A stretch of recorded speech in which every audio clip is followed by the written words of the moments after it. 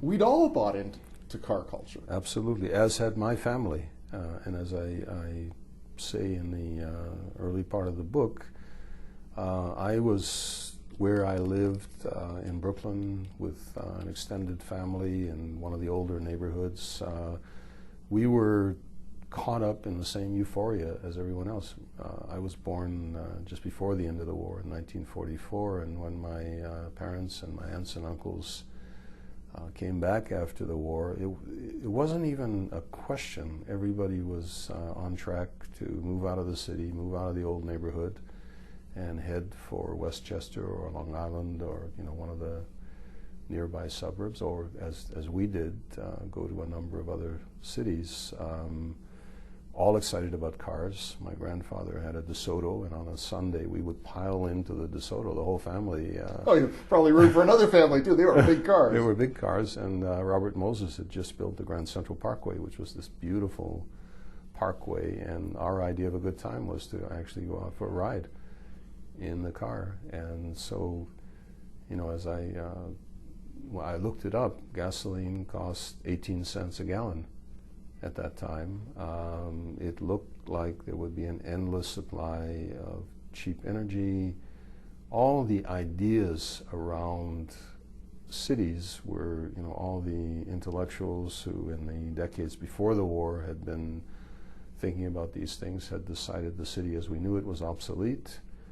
You had this, General Motors had been in the 1939 World's Fair in New York, had this incredible pavilion, the World of Tomorrow, where they were selling the Interstate Highway program that Dwight Eisenhower eventually built 46,000 miles of.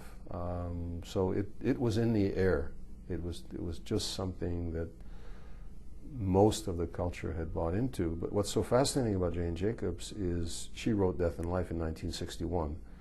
So wrote it just before it was published in 1961. There were people even in the early stages of this who didn't buy it and were questioning it.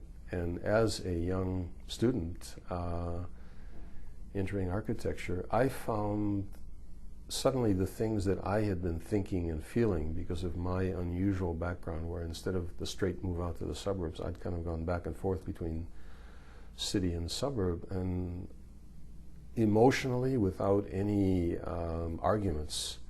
serious arguments to back up what I was thinking, I really like cities.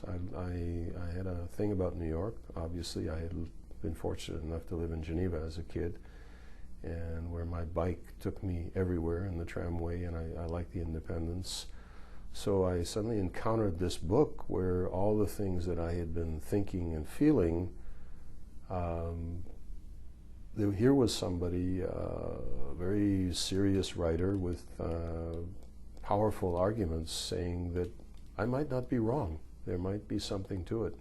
Is there a city right now that you think is like they're firing on all cylinders, using a car metaphor? Oh my God. A city that's really got it? I don't think there's a single city that is doing everything, but at any point in time there are lead cities that people look to, and they look to each other to learn from. Right now? So in many ways, my recent role models are Scandinavian cities in many respects. I think what I've seen recently in Copenhagen and Stockholm is enormously impressive. Not only and I'm interested in those because they're northern cities like Toronto, where I live. So many times you say, oh, we can't do that because that's a southern city and they have a different climate. But these cities, in many ways, they're much further north than we are. They have shorter days in the winter.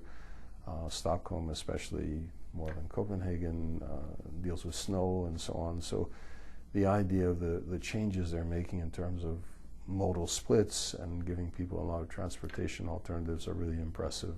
Stockholm is pioneering a whole series of new neighborhoods where the social dimension is just as important as the innovation in the mechanical aspects of sustainability, at which they are really supreme innovators. but this idea of creating neighborhoods, and visiting some of these neighborhoods, I looked at the people and I see all the young families and I see the young fathers with their kids. They're really tackling this problem of making city neighborhoods which are deal with this issue of aging in place in a very significant way. I think Copenhagen has done amazing things following on the heels of cities like Amsterdam, which have done it all along, in wealthy societies of more and more people getting out of their cars and biking and walking and creating pedestrian zones. The book is Walking Home, The Life and Lessons of a City Builder. I've been speaking with that same city builder, Ken Greenberg, and Walking Home is published by Random House of Canada.